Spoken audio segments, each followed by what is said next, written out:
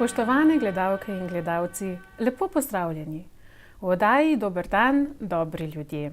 Naš tokratni gost je gospod Stane Prislan, ki k nam prihaja iz ljubnega ob Savinji v Zgornji Savinjski dolini. Lani je prevzel funkcijo predsednika Foruma za kmetijstvo in podeželje pri Slovenski demokratski stranki. Po izobrazbi elektrotehnik z družino gospodari na kmetiji z gozdom in živino. Kot posebej vnet pričevalec gospodove ljubezni, na poseben način združuje tako ljubezen do svojega poklica kot do domovine in se zaveda odgovornosti, ki jo ima kot dejaven kristjan v današnjem svetu. Gospod Stane, lepo pozdravljen tukaj pri nas.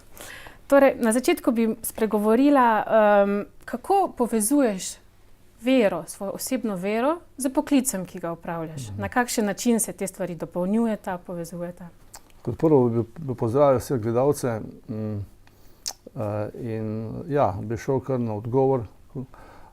Mislim, da vera kot kristjanom pač pomeni mnogo in vera ti daje nek motiv, da lahko živiš, da živiš z Bogom, da ustvariš neko novo življenje in ko imaš vero, imaš praktično vse.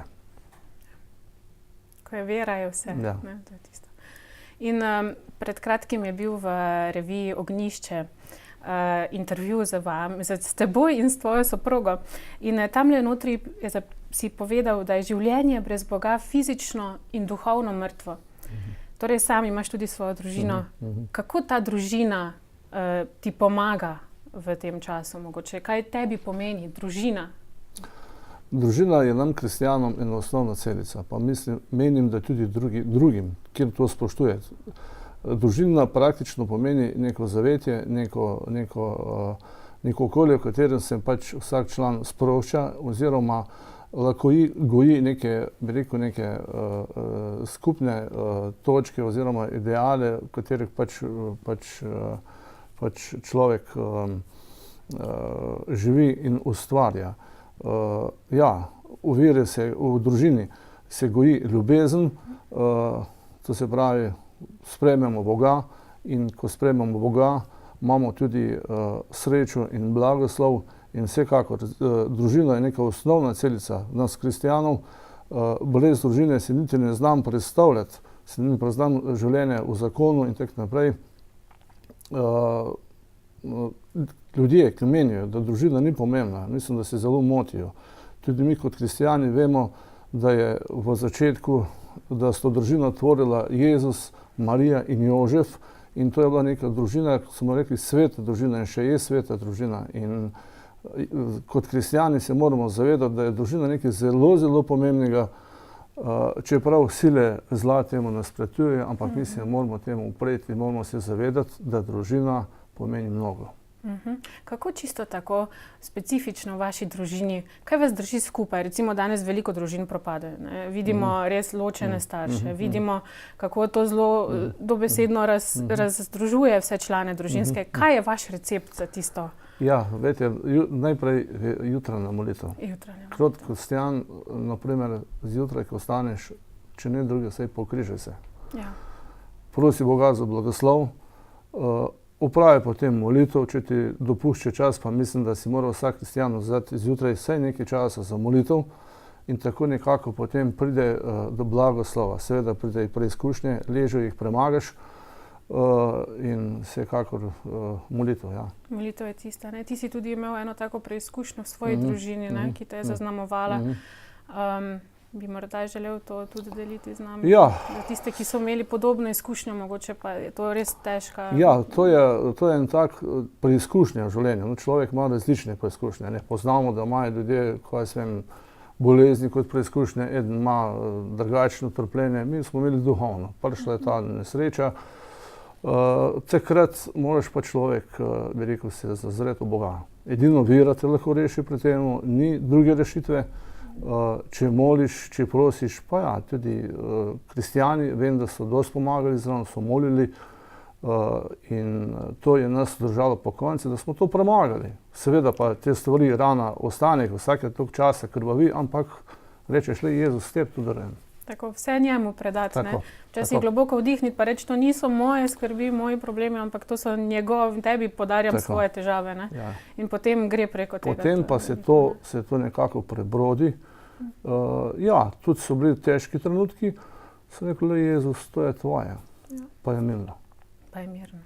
Milno to, Milno. mir je bil. Mir je imel, ja. Ja, tako. Hvala Bogu. Pa morda, da se premaknemo sedaj k tej temi, ki te bolj zadeva, torej kot slovenski kmet na našem slovenskem podeželju. Če čisto tako pogledamo, najprej malce splošno, kako se je življenje na vasi spremenilo? Večina ljudi danes živi po mestih, ta neki hiter tempo. Ali je tudi na vasi recimo prišlo do tega, pa če primerjava malo z preteklostjo, kako je pa danes, kje so te stvari? Ja, življenje na kmetiji seveda se spreminja po prebudovanju mojega starega očeta, kako je bilo včasih. Takrat je bil kmet cenjen, država bila, bi rekel, močna, če je imela močnega kmeta. Zdaj pa po Jugoslaviji pa kmet je bil razvrednoten. Kot vemo, ni imel hrbtenice, praktično je bil skoraj na pol uničan.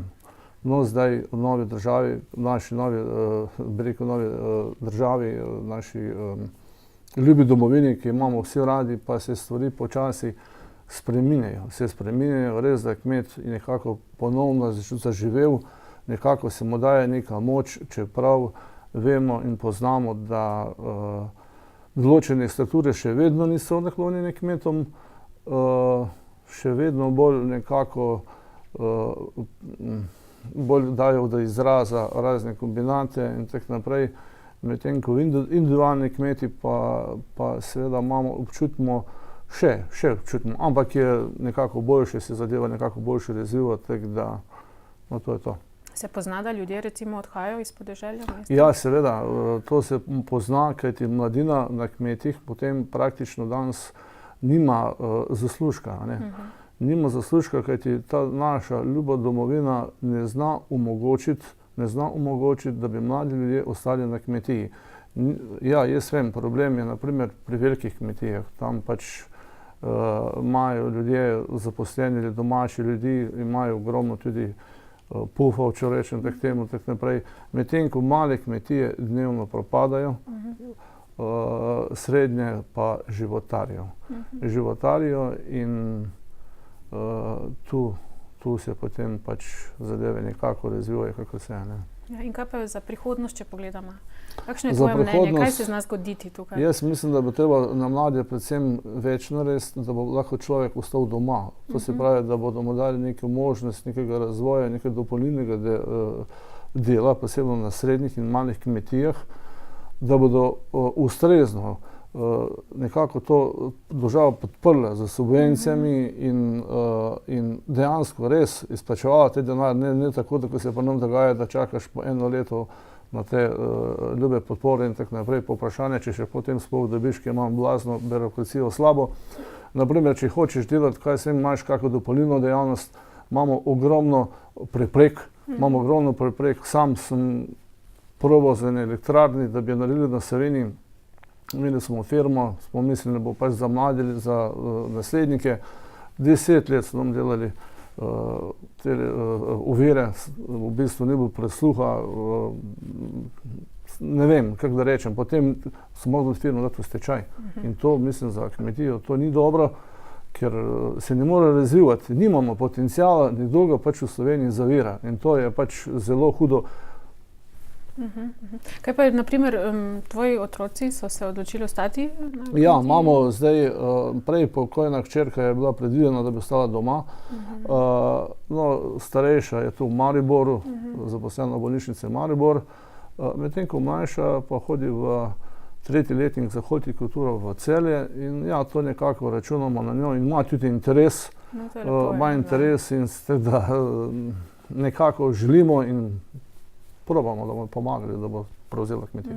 Da se gre naprej, da se rod nadaljuje, da je to potem smiselno, ker drugače. Kako pa je recimo z tem, ali je slovenski kmet še veren danes? Tako, ker včasih je bilo to čisto, to je bilo jasno, da so vsi šli k maši v nedeljo, še ne drugače v nedeljo. Kaj pa danes? Ne? Danes smo le postali. Jaz mislim, da to je dobro vprašanje. Kmet ima vero. Ma vero, ne? Ker kmet se pogovarja v bistvu z Bogom v teh preizkušnjah, ko jih ima. Te pač udari, rečeš, ljubi Bog, pomagaj mi. Pa pride pomoč. Jaz verjamem, da je 3/4 slovenskih kmetov, če ne na zunaj ne pokaže, pa znotraj nekako se obrne na Boga in reče, le pomagaj mi. In ja, ta vera na kmetijah se ohranja. Se ohranja, ja. Pa je tudi, torej, če pogledamo cerkev kot inštitucijo, zdaj vemo, da to slovensko podeželje je močno, je tisto, ki ohranja Slovenijo dejansko, mi izviramo Slovenci iz tega. In cerkev je tudi bila tisti gonilna sila, ki je skozi stoletja bila prisotna, ki nas je izobraževala, ki nas je konec koncev imela velik vpliv v Sloveniji.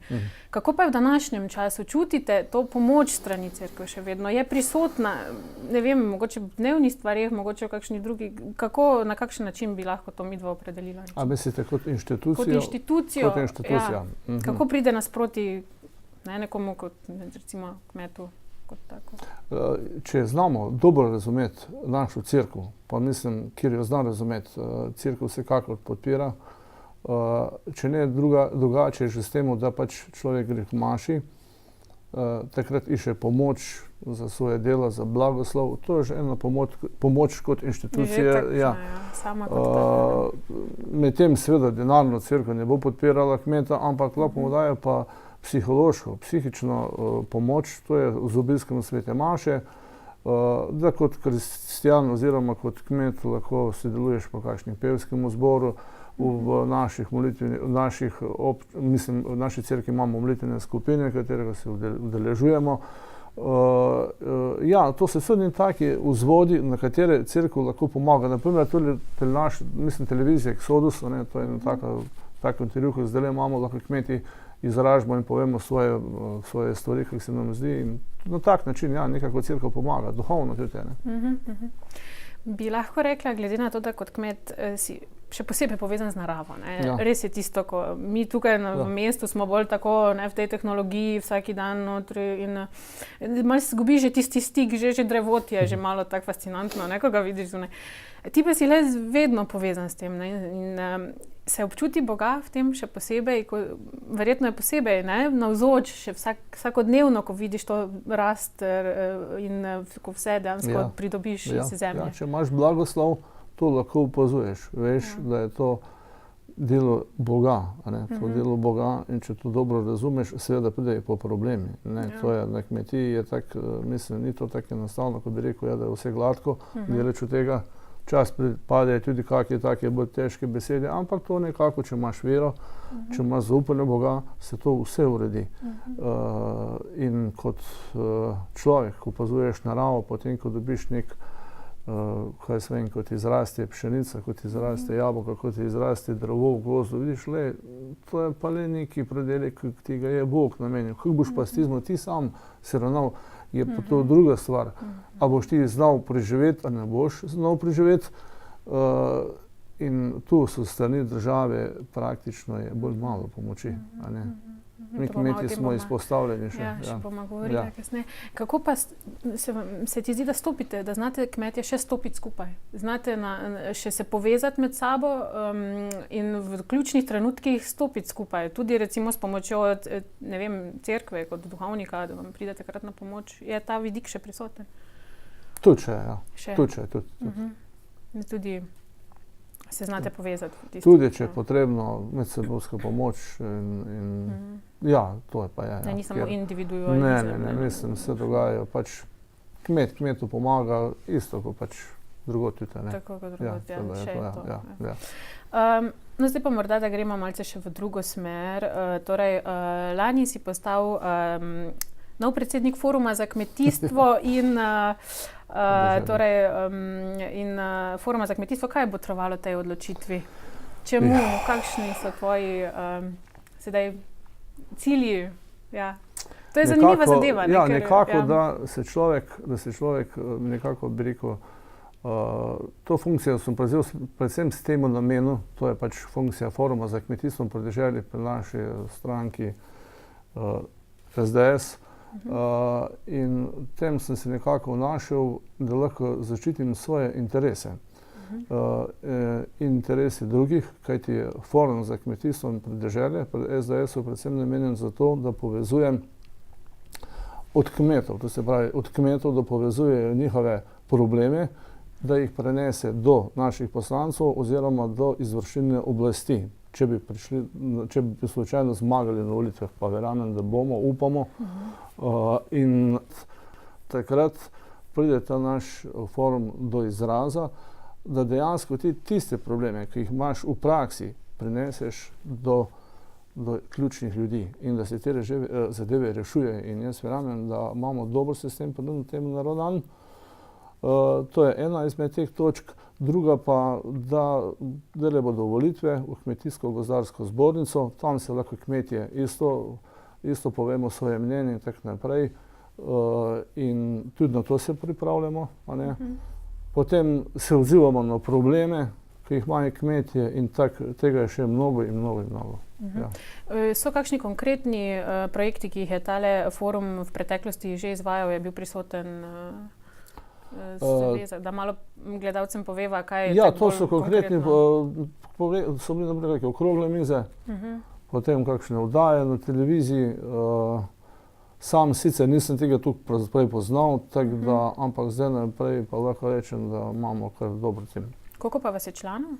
Članov, mislim, v izvršnih odborih je 15, tako da plus predsednik, teda mislim, je kar nekako, bi rekel, taka dobra štartna pozicija za kmeta. In z tega mesta še vabim, da še nam ljudje bolj pridružijo, še povejo svoje mnenja, da bomo lahko naprej, predvsem zdaj, ko so volitve, povem pač, kakšne so probleme, da ljudje to slišijo. Ker ta današnja oblast sicer deluje, bi rekel, pač na mejah neke normale, ampak če pa gledaš malo više, je pa to stvari negativnih. Naprimer, imamo probleme pri subvencijah. Mi naprimer predlagamo, da bi dali kmetu redne subvencije, 70% bi izplačali decembra, ker kmet največ denarja rabi, 10 pol marca, ali pa neposredne podpore kmetom, naprimer, kaj se en traktor kupiš ali karkoli posebnega, naprimer, moraš pa čakati 1 leto, da sploh zadevo rešiš, pa še vprašanje, če denar dobiš. In tega je ogromno, mislim, tu na tej točki nekako se mi zdi, da trenutno oblast ni najbolj pomagala. Da je potrebno pristopiti in začeti reševati probleme. Ja, to. Mogoče bi bilo boljše, ko bi manj ljudi zaposlovali zdaj na agenciji. Mi imamo problem, če imaš kakršenkoli problem, pokličeš na agencijo, čakaš pol ure, da prideš sploh na vrsto. Veste, to je huda zadeva. Pol ure moraš čakati, da prideš na vrsto, medtem marsikje že tu mine, da bi sploh postavil svoje vprašanje noter. Ja, imaš ti tako čisto osebno vprašanje, imaš namen, če bo prišlo seveda z Božjo pomočjo do spremembe same vlade in tako naprej, tudi sodelovati potem aktivno v samem ministrstvu? Moj namen je samo pomagati, se pravi opozarjati na probleme, da bi pa jaz aktivno posegel više gor, pa ni moj namen. Torej na tem nivoju je že veliko se da narediti. Če vam nekaj malega poveš, pa da to pripomoreš, hvala Bogu, to nekaj pomeni. To seveda.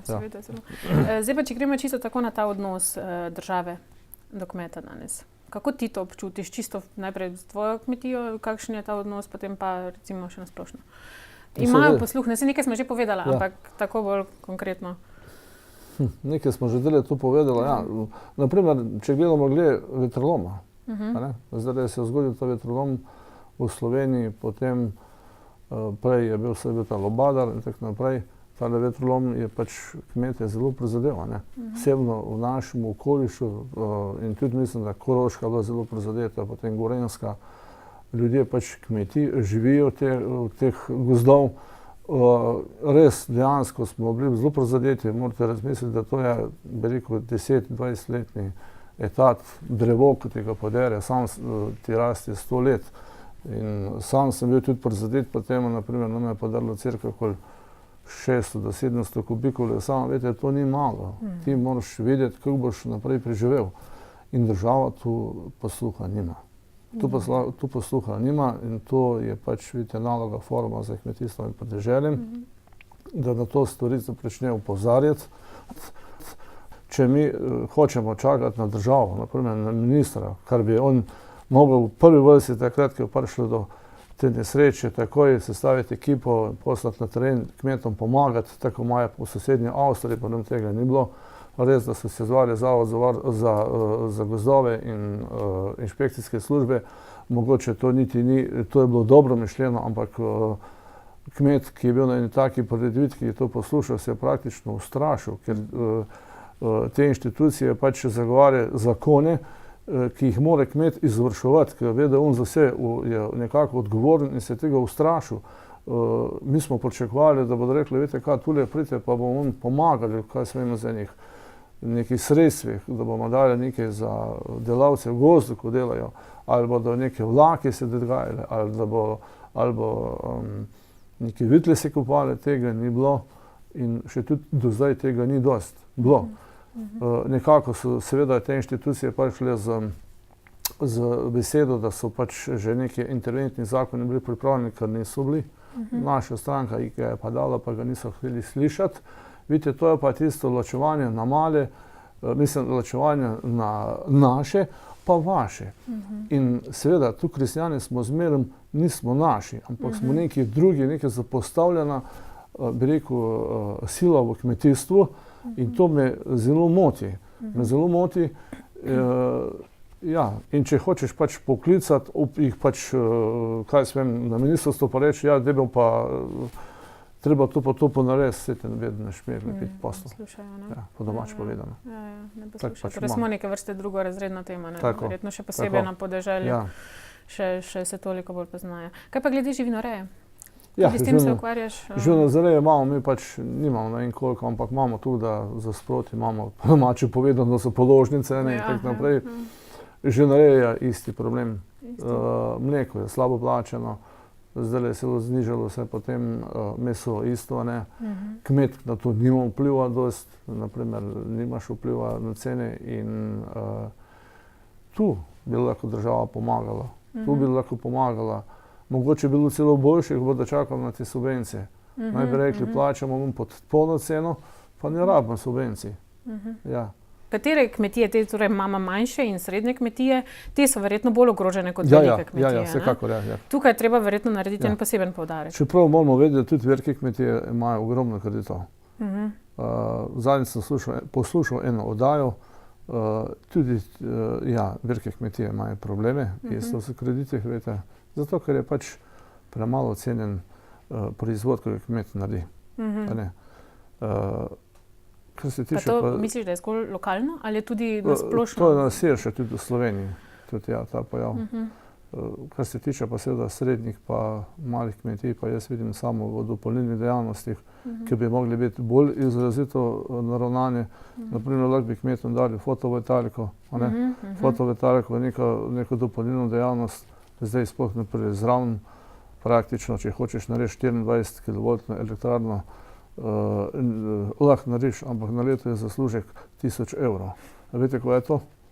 Zakaj ne bi država rekla, ja, tem kmetom, ko so bili zdaj ko so bili udarjeni, ko so bili nesreče, ki je bil to vetrolom, dajmo nekako pomagati.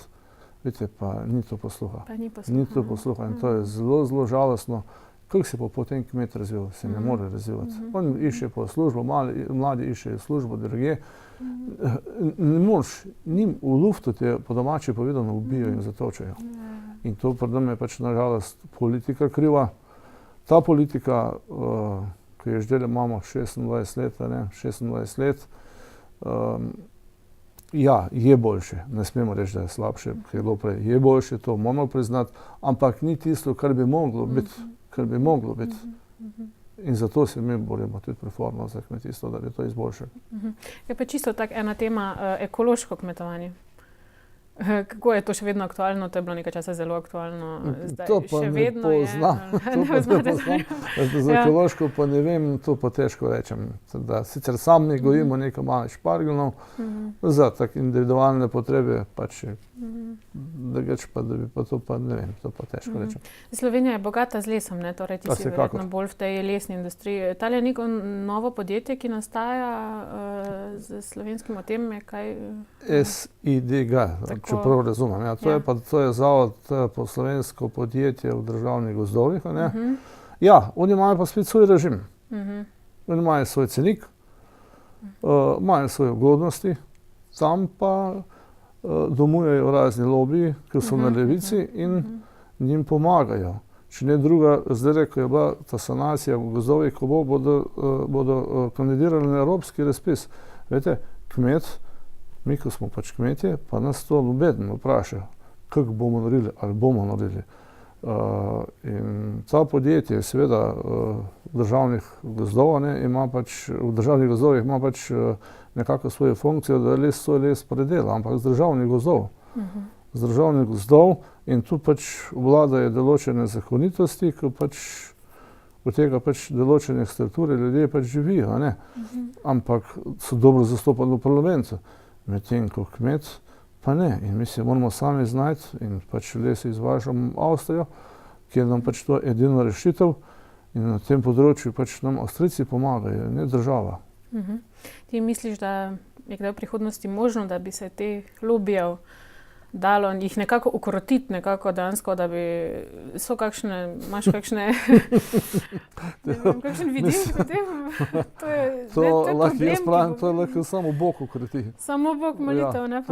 To lahko samo Bog ukroti, pa red naredi, ker pač nažalost je potem tako in ja, bi se dalo to nekako vso premo sorazmerno urediti med temi lobiji, pa med tudi sami kmeti, da bi pač po domače povedano vsi nekaj tega imeli, a ne, pošteno. In če je lahko v državnih gozdovih svoj cenik, mi imamo na primer kmeti svojega v Avstriji, potem to je nekaj čudno, ne. Ena država, eno tržišče pa dva cenika, je to tržna zakonitost, jaz to ne vem, ampak nek dvom meče na to.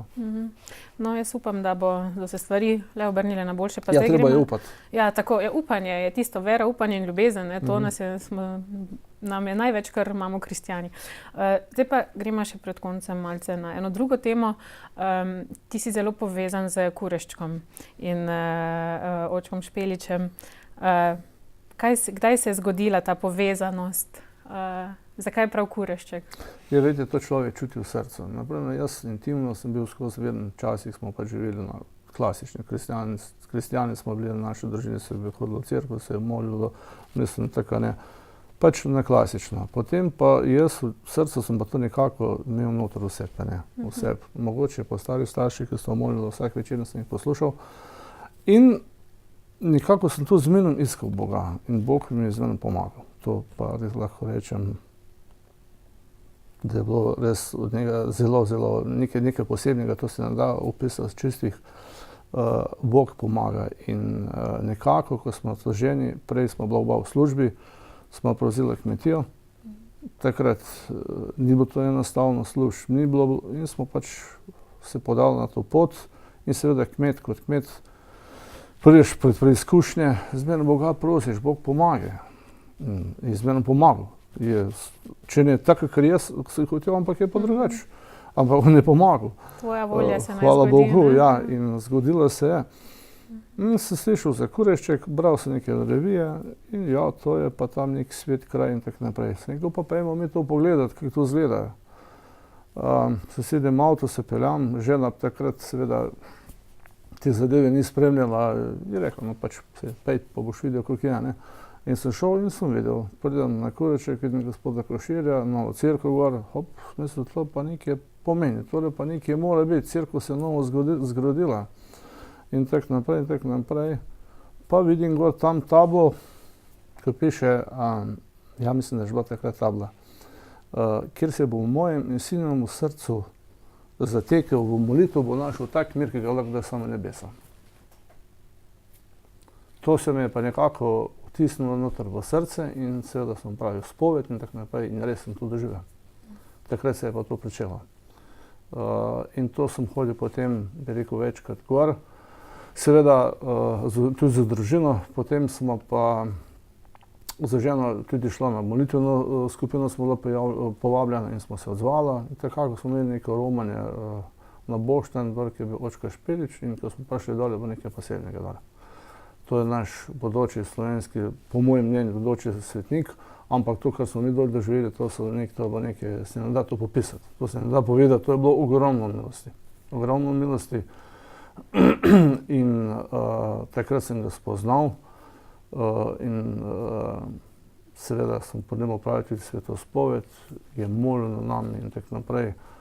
Vemo pa, da ta možakar je imel videnje, z njim je povezan Kurešček, kajti Marija mu je to sporočila v Medžugorju. In veste, vse skupaj to nekako zaokroži eno celoto v neko stvar, ki bi lahko rekel Bog. Marija. Ja, Bog, Marija, in to je nekaj, kar kristjan to doživi in nekaj najlepšega, kar lahko v življenju doživiš. Imamo padce, imamo spone, pridejo križi, tako naprej, ampak gledajte, to pomaga in očka Špelič je bil tudi odločilni faktor, tudi takrat, ki je naša hčerka umrla, naprimer. In ta zgodba tega našega bodočega svetnika, tako mu jaz pravim, je težka. Od oficirja Oznje, da postaneš duhovnik, to nekaj pomeni. To nekaj pomeni in mislim, da ga znamo premalo ceniti, isto znamo premalo ceniti Kurešček je nekaj tudi posebnega. In ja, lahko rečem, da to je nekaj zelo zanimivega. Bi še rad poudaril takrat, ja, tudi za očka Špelič in s Kureščka nekako smo prišli do Zorana, ko dela, on je, lahko rečem, tudi eden dobrih karizmatikov v Sloveniji, za mene najboljši. In on je tudi dosti znal pomagati. Tudi znal dosti pomagati in dosti nas naučiti. Vidite, tako Bog dela, to je zanimivo življenje, ker težko ga je razumeti. Božjih poti ne moreš razumeti. In če se to povežeš v eno celoto, potem vidiš na koncu samo Bog je, ni druga. Ni druga. In Bog je ljubezen, Bog pomaga, smo pa vsi grešni. Paziti pa moramo. Naš duhovnik Jožef Retenar v Redmirju pravi zmerno, dar zdrave pameti in to ima prav. Ker meja med blaznostjo pa realnim življenjem, naprimer pa vero, mislim, psihološko mislim na nekaj višjega, je to mala. Zelo malo. Zelo malo. In lahko je hitro skreneš na drugo pot. Ne, da bi malo zaneslo. Ne, se prav tako. Veliko ljudi se lahko poistoveti, morda so tudi doživeli milosti na Kureščku. Pa tudi v duhovni prenovi si, torej prisoten. Ja, tudi mi imamo mesečno, imamo duhovno skupino, se enkrat na mesec udeležimo na Gneču, to je v Mozirju, smo člani Zgornje Savinjske praktično skupnost nameščeni, prav po Savinjsko. In res same taki, bi rekel, ljudje, ki jih Bog pokliče resnično, molijo z srcem, ne molijo na papirju, z besedami. In se odlično razumemo. Lahko rečem, ja, da ta voditeljica naša je gospa Ivica in Andrej, sta dobro navezavi sta z našim duhovnikom, pravzaprav z duhovnikom Ratzingerja in on je nekako, bi rekel, tudi prisoten na tej molitvi, na tej skupini in po tej skupini, lahko rečem, kot kristjan se marsikaj dogaja. Marsikaj se dogaja. Si bil priča kakšnim takšnim posebnim stvarem? Ja, ne bi v tem. Razumem, ja. Šta vprašati, če si. Tako, ja. Stane, v naslednji oddaji bo z menoj tukaj gospa Alenka Jeraj. Vidva sta tudi velika prijatelja. Odkot to vajno prijateljstvo izhaja? Ja, to je pa zanimivo vprašanje. Z Alenko smo se srečala enkrat na Kureščku, pride ena oseba iz cerkve, pa tako zamišljena. Pa vidim, da je bila Alenka. To je bila naša generalna tajnica in je bila hodila tam kraj cerkve. In tako smo se malo, tam se je navezal pogovor med nami, smo malo se pogovarjali in tako naprej. In sem videl, da pač ona redno tudi obiskuje Kurešček in išče duhovni mir gor. In takoj sem opazil, da je to zelo bogata duhovna oseba, kar dejansko tudi res je. Vemo pa, da vsaka stvar, jaz tako razumem. V začetku je beseda, beseda postala meso. In to sem iskal. In seveda večkrat smo se srečali gor, ona tudi napisala, se mi zdi, da je eno knjigo na gori, ko je izdala in lahko rečem, smo se srečali gor in takoj nekako duhovno smo se začutili in tako naprej. In ona me je takrat povabila na Kureško, Stane, kaj pa če bi ti prevzel ta forum za kmetijstvo? Pa sem rekel, no mogoče, če imaš kjerga druga, pa dej druga. Ampak sem se spomnil na Marijo, na tem mestu mi je bilo ponujeno. In to je bilo nje nekako mogoče položeno v srce, da me je povabila in ki je bilo na Marijinem kraju, sem prozil sem kolej Marije, se boš ti to vodila. In ja, Alenko lahko rečem, da je ena izmed zelo bogatih duhovnih ljudi v naši stranki in odlična voditeljica. Poleg predsednika. Poleg predsednika, seveda. Torej, kjer sta 2 ali 3 zbrani v mojem imenu, tam sem med njimi jaz, pravi Jezus, tako da to je tisto, kar nas dela močne. Ne? In to dansko lahko povežemo potem vse tako kot duhovno prenovo, kot Kurešček, kot samo, kot smo rekla, kmetijstvo, podeželje slovensko. Ne? Vse to je na koncu povezano in dokler znamo skupaj stopiti in držati, potem bomo močni. Ne? In tudi me zelo veseli, da si bil pripravljen priti k nam in povedati svojo zgodbo, tudi morda spodbuditi naše gledalce, da bodo tudi oni si upali tudi svojo zgodbo morda priti povedati, pa stopiti v ključnih trenutkih in se povezati, da nekaj naredimo dobrega, ne? Za to našo ljubo domovino, ki jo imamo vsi radi, pa pač sicer nam dela kdaj težave, ampak vseeno. Tako je, ne? Dobro, Stane, jaz mislim, da če bi še ti kaj takšnega povedal, drugače pa se ti iskreno zahvaljujem za danes. No, rekel bi, da se zahvaljujem pred vam, da ste povabili nas v to oddajo. Cenim to televizijo Exodus in ena izmed boljših televizij v Sloveniji.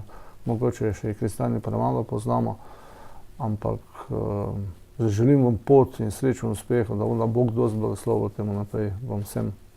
Hvala lepa. Se zahvaljujem. Mi pa tebi, da bi čim bolj uspešno to pomlad se izpeljala ta pomlad in potem seveda veliko Božjega blagoslova še naprej in žegnam. Hvala lepa.